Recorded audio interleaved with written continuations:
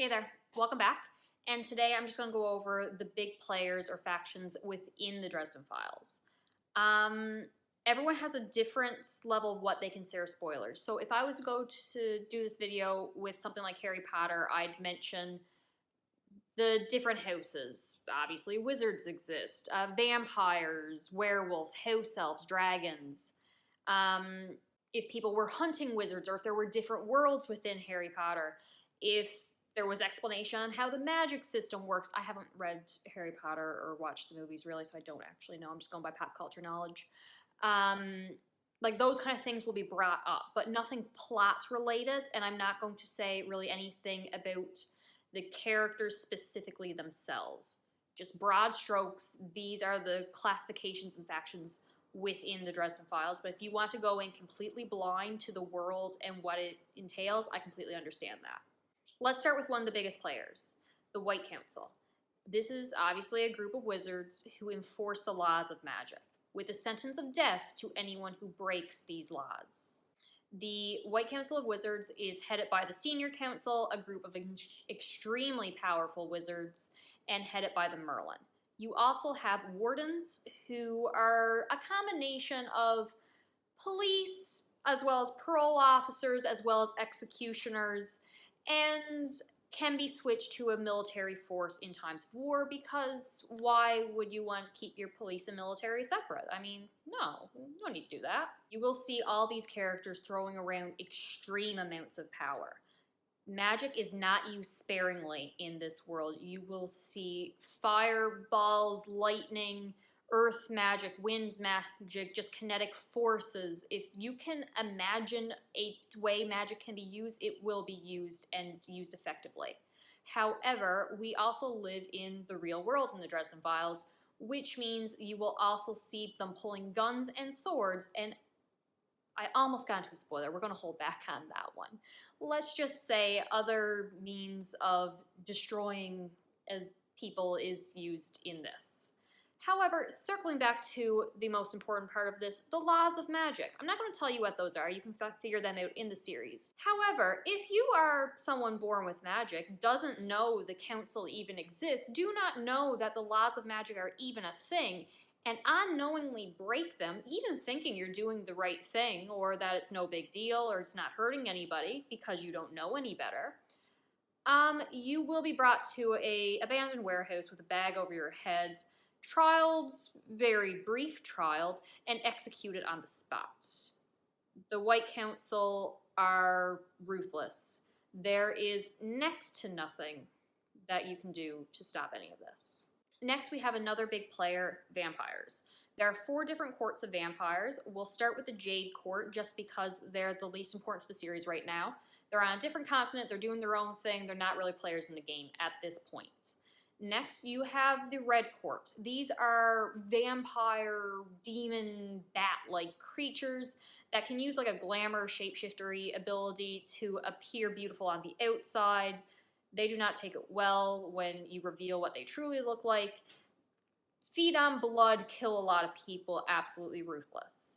Next, you have the White Court of Vampires. This is more your succubus feeding on emotions and sexual energy.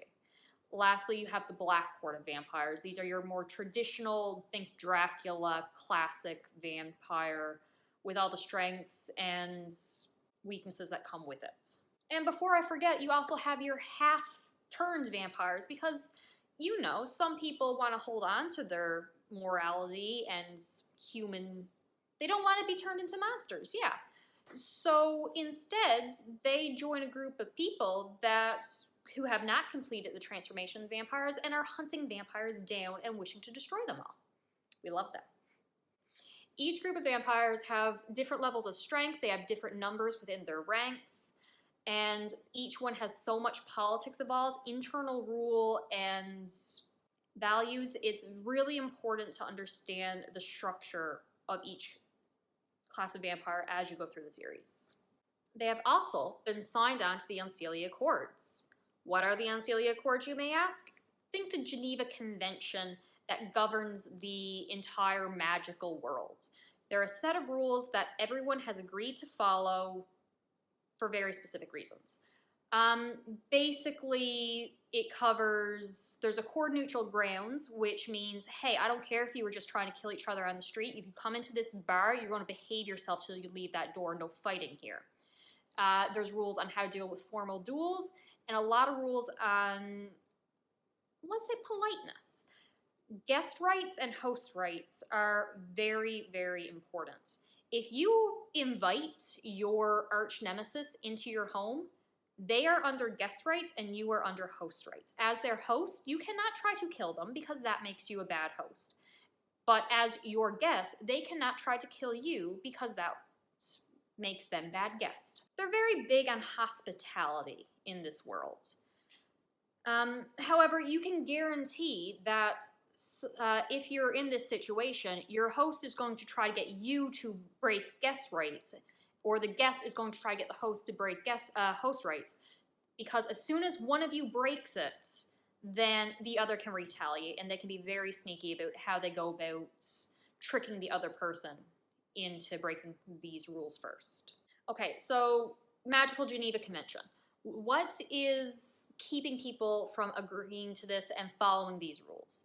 Well, obviously you got the fact that if someone breaks the Unseelie Accords, then every other member or signatory can then gang up on them under the pretense of taking out a larger power because they broke the rules, they broke the law.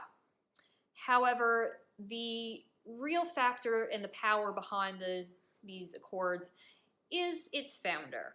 I present to you Maid, Queen of Air and Darkness, founder of the Unseelie Accords, absolutely ruthless, and if you want to keep your insides where they're too, you will not piss her off, the Queen of the Winter Court of the Fae. Now, side note, I am not a fan of stories that involve fairies. I don't know why, it's just something that's never clicked with me. I love everything about the fairies in this series. Also, don't call them fairies because they take offense to that. They are the she or they are the fae. I love how absolutely ruthless they are. I love how they always have to keep their word. I love if you ask them something 3 times, they're compelled to answer you or do what, or give, yeah, pretty much give you an answer, but you risk their wrath if you offend them. And then I just love how they make deals and you can be damn sure they're collecting on their debts. So within the Winter Court, you clearly have the Winter Queen. You also have the Winter Lady and Mother Winter. And then a host of insanely terrifying monsters that are added to their armies. Yes, armies. There are armies of fae who will rip you apart. You also have the Summer Court, held in the Summer Queen, the Summer Lady, and Mother Summer. Do not underestimate them. They are just as deadly as Winter, just a few less in number. And the balance of power between Summer and Winter is a huge point when it comes to the Dresden Files series. One more side note. There are also the little folk who are basically, I'm considering them like sprites. Small little fairies, not very powerful, that spend a lot of time in the human world. I found them a little annoying at first. I am too deep into this series now. I love them, and if anything happens to these little guys, I'm going to start crying, go lie down in a hole somewhere, and never stand up again. I love the Zalord Guard more than anything ever. Sweet little precious vicious babies with razor blades and box cutters. Oh, I love them so much. Okay.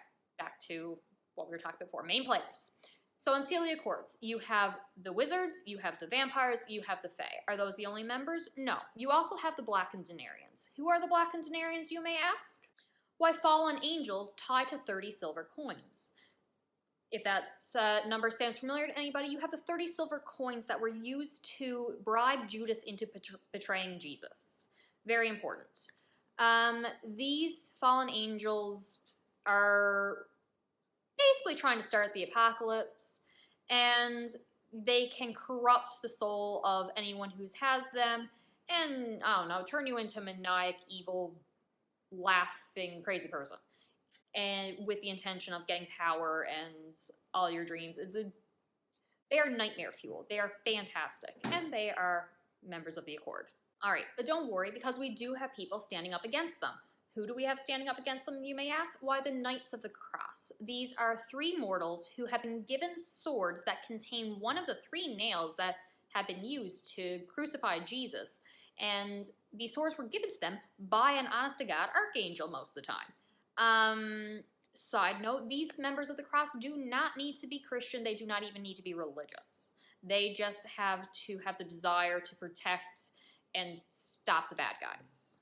Okay, so nails from the cross and coins used to bribe Judas.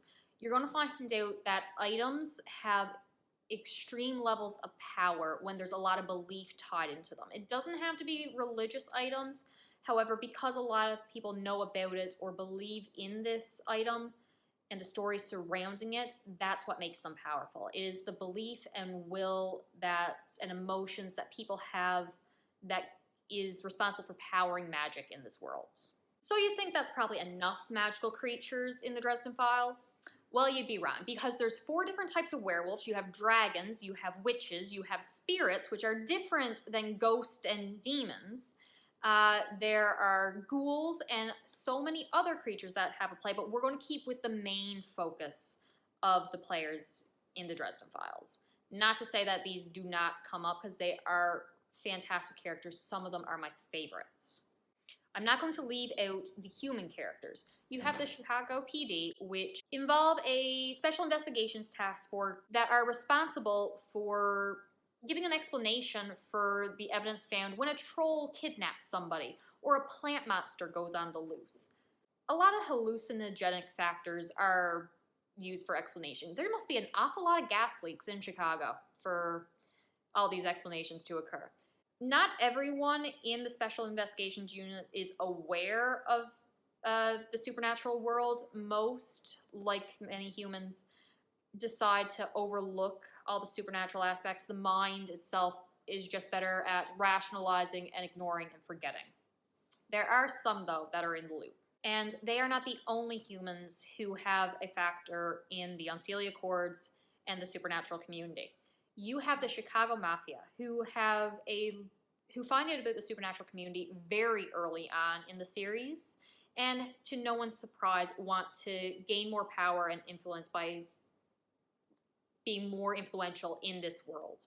One of my favorite side characters is a member of this group. Or is my favorite side character the embodiment of all human knowledge? Or the Foo Dog? Or the Demon Unicorn? Hard to say, they're all great.